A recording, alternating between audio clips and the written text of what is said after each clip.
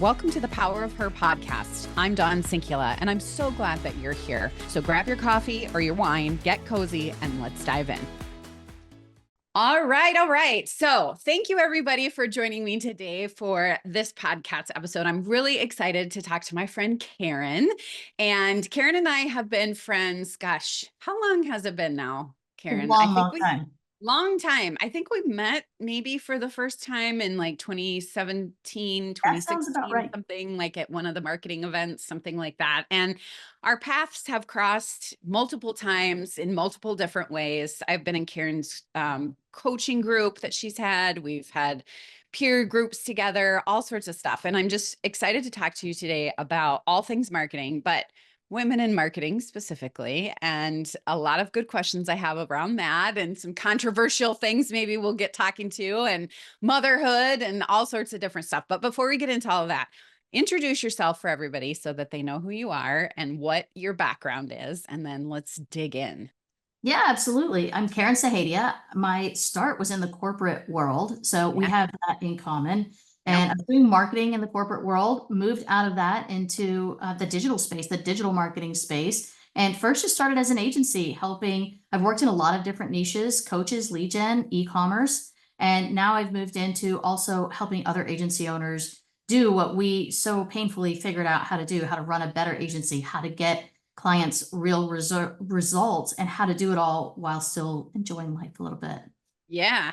And Karen, your background, you've got corporate, and funny enough, I think we probably might have crossed paths in that space way back in the day, and kind of worked for a common big company for a while and had that in common. But now both entrepreneurs, both agency owners, both kind of doing our own things, both mothers, both, have all of this busyness in life. And I think we both have run agencies. How long have you had your agency now? How long, This how many years? 2012.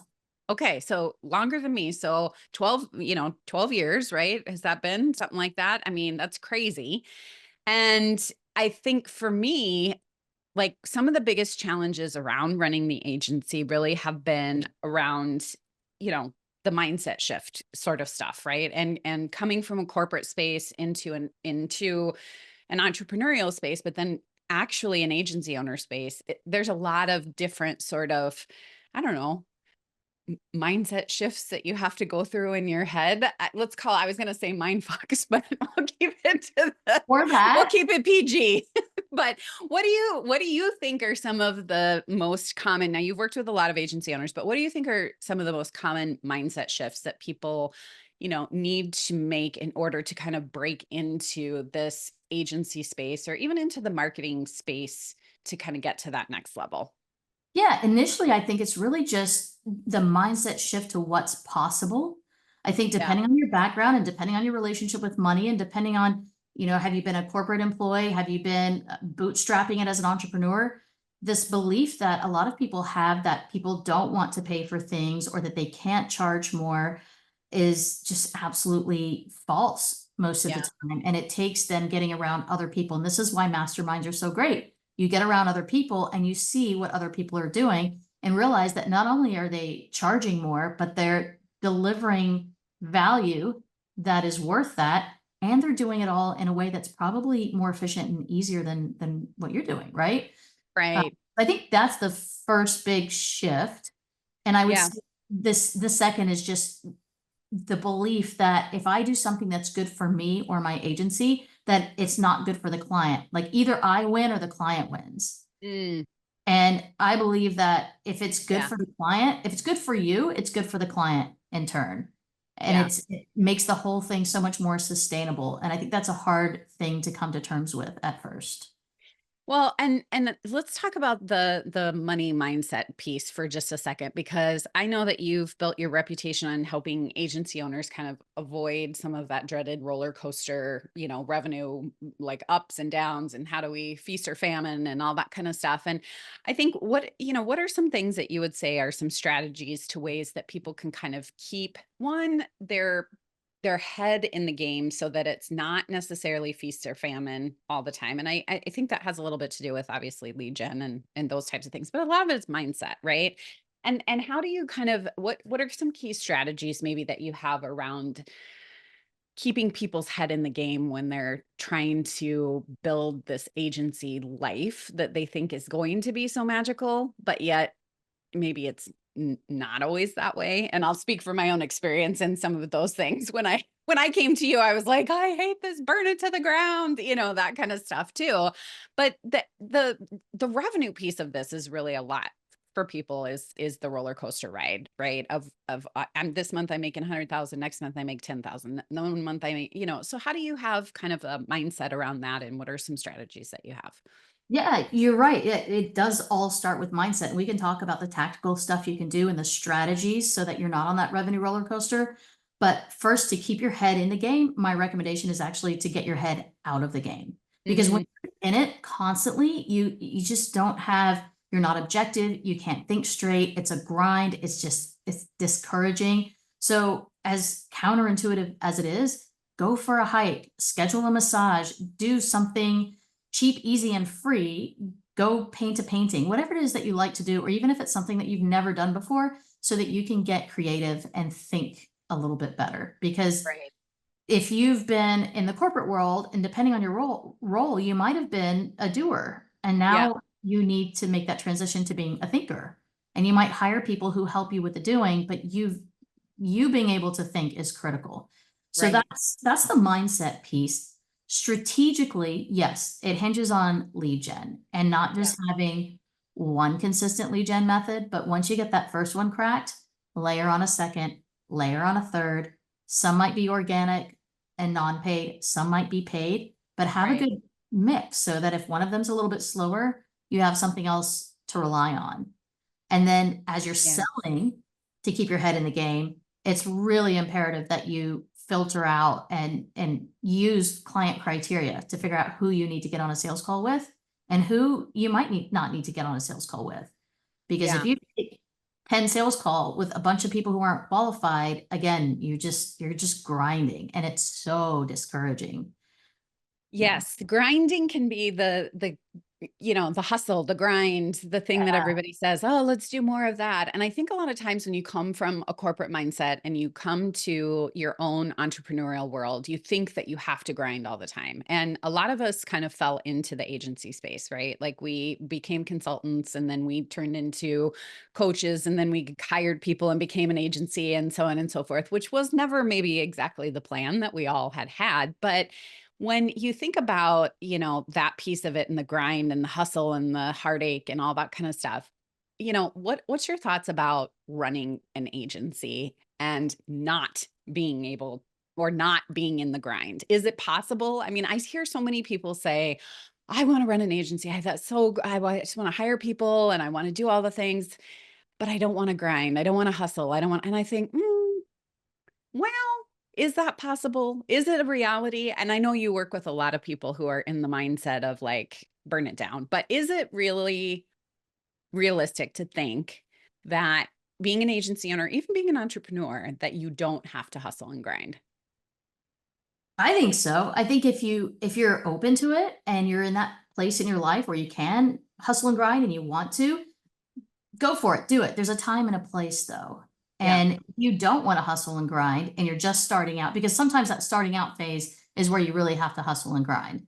Right. But if you want to skip that, you can. It's just get mentorship early, get support early, surround yourself with the right people, and work on those mindset shifts. If you can do that, you get to skip the hustle and the grind. Because I've worked with agency owners who actually, we happened to meet at the very beginning of their journey. Yeah. So there wasn't a lot of undoing to do. And they kind of didn't know what they didn't know. So like, all right, if you tell me to do it, I'll just do it. Yeah. And their growth has been exponential, and they kind of got to skip. It's not to say they didn't work hard, but they got to skip the hustle and grind that you and I know. Right.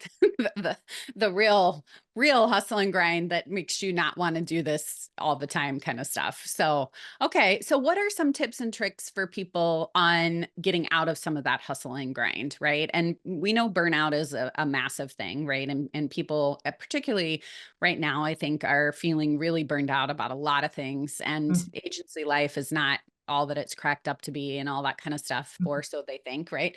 And so how do you kind of get yourself out of that hustle and that grind if you're in it right now? Talk to me about that a little bit. You say enough. Yeah. Truly, you say enough. You have to draw the line to say, and you get it. You've seen it happen where you get to a place where you're like, I'm either going to burn it down or I'm going to do it differently. There is no in between, but I Yeah. can't sustain and don't want to sustain what I'm doing right now. And so it starts with that conscious decision. And then it's just building around that, building your boundaries around that, building your scope, sticking to it, and realizing, the more you do it, the more you practice it, realizing that your clients start to respect that and want that for you. And then they start to want it for themselves. And they're like, hey, as my marketing team, how can you help me not have to grind? Right? Right. Let's Right. all not grind together. Right. Right. And I think that, as females, a lot of times in the entrepreneurial space, especially when we're balancing business, we're balancing family, we're balancing, just having some sort of life. How have you managed to like protect your energy and stay motivated even during the most stressful times? Because you've had two babies in a short amount of time and you're in the early childhood mother life right now where it's, a lot of logistics and crazy and non-sleeping times and all that kind of stuff. How have you personally balanced some of that stuff? Yeah, for me, it was, I had kids a little bit later in life. And so for me, it's just a non-negotiable that they get the very best of me all the time. And I don't have it in me to not prioritize that. And it really put everything else in perspective for me. And a lot of people say, well, having kids makes it harder. Motherhood is harder. And I'm not here to say it's easy, but what I will say is it's made boundaries easier for me. It's made Yeah. prioritizing easier for me because it's just no contest between my girls and really anything else. And Right. so, it's figuring out what are the systems or the people that can support me and help me protect my time. Yep. And it helps that that's literally what I do for other people. I'm here to help other people protect their time. So it all kind of works together. It kind of forces you to take your own medicine a Absolutely. little bit. Absolutely.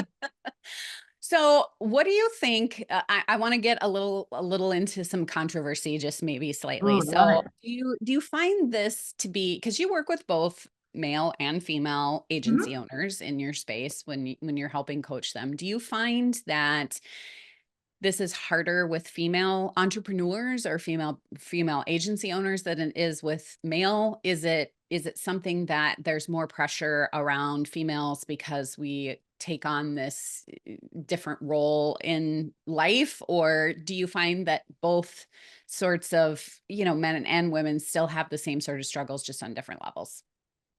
Yeah, I think that women and mothers who are running an agency or running any kind of business have a unique set of challenges Yeah. and circumstances and pressures. I don't think that it's that men don't or that women, I don't think one has more or less necessarily. If you look at a certain category of things, maybe women have more, right? Absolutely, Yeah. women have more. But maybe in other categories of things, there are things that men really struggle with as well. Like Yeah. there's this pressure to provide and to protect. And I don't think that they're as easily able always to express that emotion and deal with their concept of failure. Whereas women Yeah. might feel a little bit more open about talking about those emotions. Men might have an easier time communicating to team in a certain way where women may struggle with that being as So direct. true. It's also Yep. just even by country and culture, because I work with people all over the world and I see certain cultures or countries may have a more difficult time with, being direct or the way they need to communicate with someone. So I do think women and mothers have a very unique set of challenges that if you're not standing in those shoes, it's Right. really hard to understand. Um, Yep. but by no means can I diminish some of the challenges that the guys have too. Right. Right. Okay, that's good.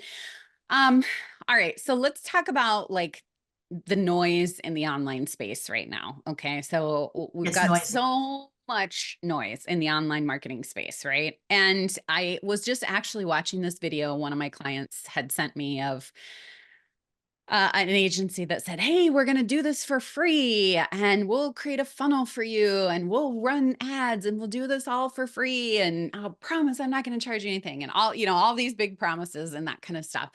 So a lot of controversy right now around the world of agencies, and a lot of I don't know, hit or miss conversations where people have said agencies are amazing. Some people say agencies are terrible. They're just here to take your money.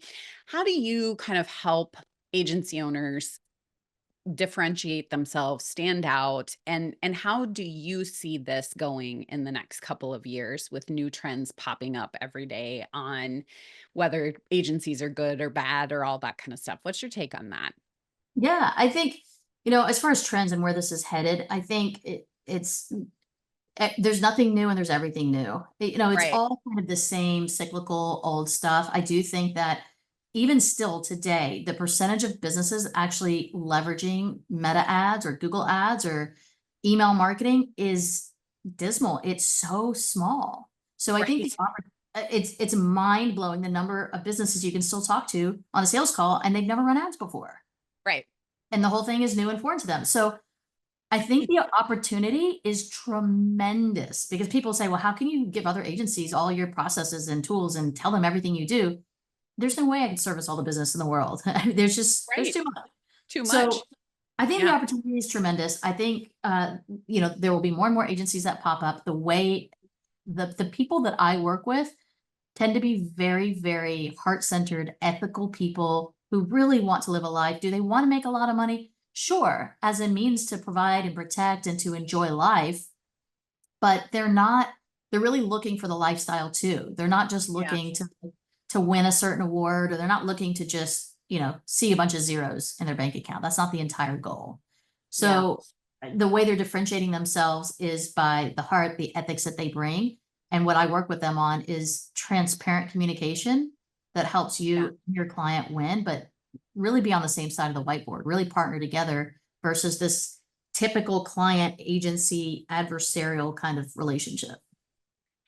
And you bring up a good point about there's going to be more, businesses in the world than any of us can service, right? Or that we could all handle. And it is always still very surprising to me how many businesses out there haven't done Meta or haven't done any advertising in the digital space. And, I keep you sometimes I think you have a perception that, the online world, you get so used to seeing and hearing all the same people, right? And so you kind of think this is this little space and it's all oversaturated, but there's this whole world out there, right? Of people, like you said, that haven't been in there.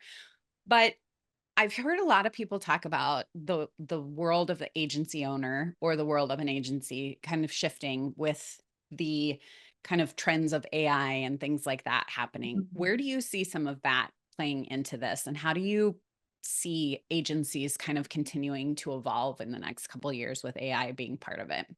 Yeah, for me, there's a balance. I'm a relatively early adopter, so I hear the new thing. I want to be knowledgeable about the cutting edge thing, but I also kind of let other people do a little bit of the hard Yeah. work of ironing out all the glitches and the stuff. Yeah. So I think AI is going to be something that agencies can leverage. A lot of people are worried, will it replace agencies? Will we not need agencies? Absolutely not. Right. Certain aspects of AI have been around for a long time for, Sure. Shopify retargeting apps that can, buy ads for you. If anytime I've ever been up against one of those, or I've known someone up against one of those, we can typically beat performance as media buyers. Right. Because Yeah. marketing is always has been and always will be consumer psychology. Yeah. And AI can get close to being human and replicating human tendencies, but it is not human. So Right. I think there's always going to be place for strategic marketing. And Yeah. the real key to success with media buyers isn't in knowing where the buttons are. Yeah. And it's not, I mean, do you have to know the technical stuff? Sure. But people ask me, if I run meta ads, can I learn Google? Sure. Because Right. you can understand the strategy and you're a marketer. Everything Yep. else is just, it's a tool, it's a vehicle. So I think AI is going to be great for agencies to become more efficient. Yeah, that's where I see it. That's what I think too. I think it's going to require us to, one, be aware and knowledgeable about it. It's going to require us to know when to use it and how to use it. And I think it's going to help us when we are trying to scale or we're trying to do processes. I think there's going to be a lot more automation and a lot more AI tools that are going to help us be more efficient, maybe on the back end of some of the things that we've had to hire somebody to do or that have taken us a long time in the process. But I don't think it is ever going to replace a person and the psychology of marketing. I agree with you. I don't think there's ever going to be, you know, the ability to replicate feeling. I don't know. Maybe I'm wrong, but Right. I just think that somebody's going to have to sit there and go, does that like touch and pull at the heartstrings? Does that, and an AI can't really do that. At least at this point, I Right. don't see it doing that. So, Well, and you bring well, up a really good point about the yeah, numbers and the profitability, right? Because agencies used to have this opportunity to kind of charge without as much competition. Now there's more competition. You can yep, still charge these higher prices, but you've also had to hire more team and you have more human capital. And so if you right. can lean into the automations and the processes and the AI, you Yeah. start to put some of that profit back. Right. And that's where I think the scalability piece of this, and, when you're thinking about shifts or major shifts, or you're even helping yourself, helping people make major shifts in their goals and processes, some of the lessons, at least that I've learned, is lean into those opportunities where AI can really help you. And yes, it's sad sometimes that maybe a person might have to, go away, or there might be opportunities to be more efficient with an automated tool. But from a profitability perspective, it really can help a lot in a lot of different ways. Have you noticed that as well as you've gotten into it?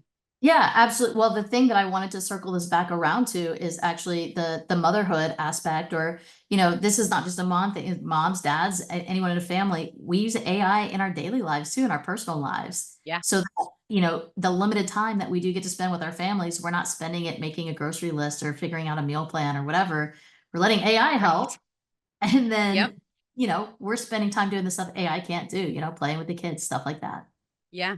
I'm using it all the time now for like recipes and meal planning and grocery shopping and, just things that have taken me a lot of time outside of work to do. I'm finding it to be very helpful in a lot of personal ways. But then also, like with, agency stuff, just automating a lot of things that were not there before, doing a lot of, a lot of the organizational stuff that you Mhm. can make zaps and different things do, and AI stuff that was never there before. And it really does make things so much more efficient, I think, in life as well. So, okay, I want to ask you a couple big questions. So, what advice do you have to give to agency owners who feel like they're really stuck in day to day operations and who are really struggling to step into that CEO role? Like, if you've worked with a lot of agency owners now at this point, but what would be like the broad stroke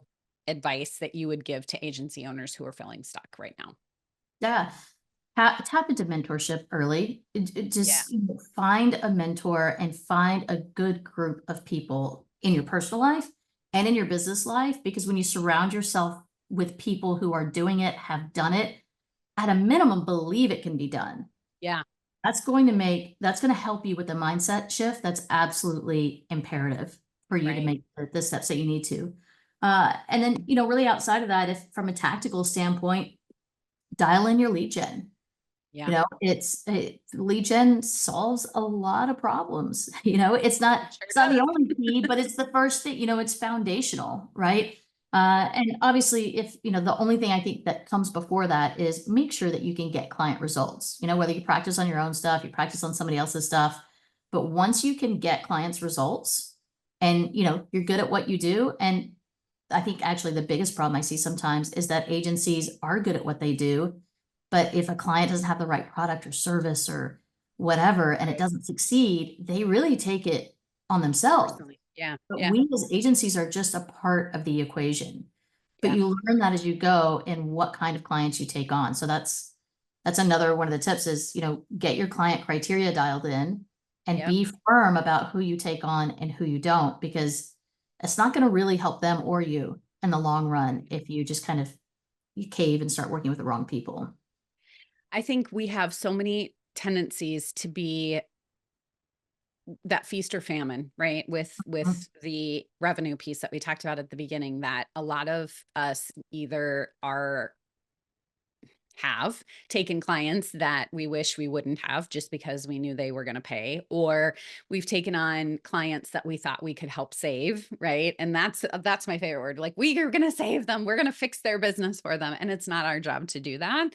But I think your point of making sure that you've really got that criteria down so that you can say no to people as much as you can say yes to people. I think that's just as important as, being able to say no has been hard for me as an agency owner in a lot of ways, because I do have that sort of I want to help everybody mentality. But I think it's gotten me into a lot of the situations where I found it to be very stressful, where I want to burn it down because the people aren't as, the people who I've wanted to help aren't as willing to be helped and or don't have the right criteria to be helped. And so I think that's a really good point of making sure that you've got that dialed in really, really well.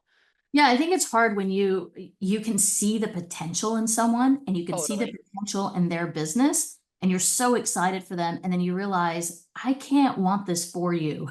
Yes. And Right. and that's why it's not just right product or right service, but it's also right person, right fit. Yep. And I think we take on people who then have to rely specifically on us and Yes. things that we can't delegate it to the team. They're not replicable.